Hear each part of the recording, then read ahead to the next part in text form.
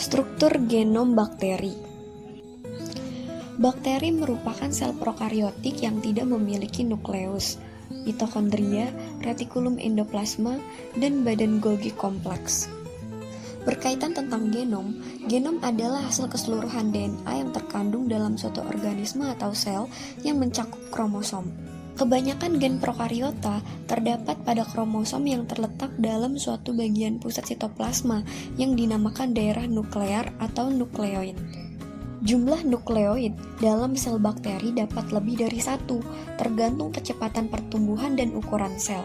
Seperti semua organisme hidup, bakteri juga memiliki molekul DNA tunggal, berbentuk sirkuler yang panjangnya kurang lebih 1 mm, beratnya 2-3% dari berat kering satu sel, disusun sekitar 4 juta kromosom pasang basa DNA. Tergantung pada spesiesnya, bakteri juga bisa memiliki flagella untuk membantu pergerakannya, kapsul untuk membantu memberi mereka perlindungan ekstra, atau pili yang dapat membantu ke permukaan.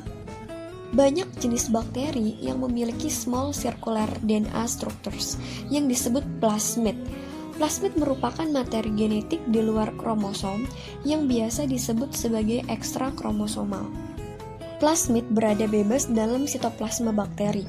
Ukurannya relatif kecil, kadang-kadang dapat bersatu dengan kromosom bakteri. Bakteri memiliki beberapa kemampuan yang menarik. Umumnya, bakteri bertambah banyak, bahkan lebih cepat. Proses ini disebut pembelahan biner. Pembelahan biner. Pembelahan biner adalah jenis reproduksi aseksual ketika bakteri dapat dengan mudah membelah untuk membuat salinan dari diri mereka sendiri. Beberapa jenis bakteri memang memiliki kemampuan untuk berbagi materi genetik satu sama lain. Sebelumnya, saya menyebutkan bahwa banyak jenis bakteri yang memiliki plasmid atau salinan DNA tambahan yang biasanya hanya ada beberapa gen saja. Nah, proses bakteri yang dapat berbagi plasmid ini dikenal sebagai konjugasi.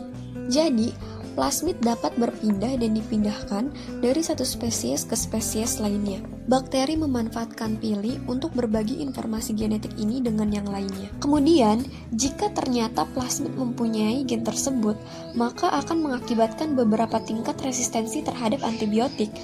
Hal ini memungkinkan bakteri yang menerima plasmid tersebut akan bertahan hidup dari paparan antibiotik. Peristiwa ini bisa sangat bermasalah. Bakteri juga dapat mengambil plasmid dari lingkungan hidup mereka. Dalam proses yang dikenal sebagai transformasi bakteri, para ilmuwan dapat menggunakan sejenis stimulus untuk menginduksi bakteri dalam pengaturan lab untuk mendapatkan materi genetik.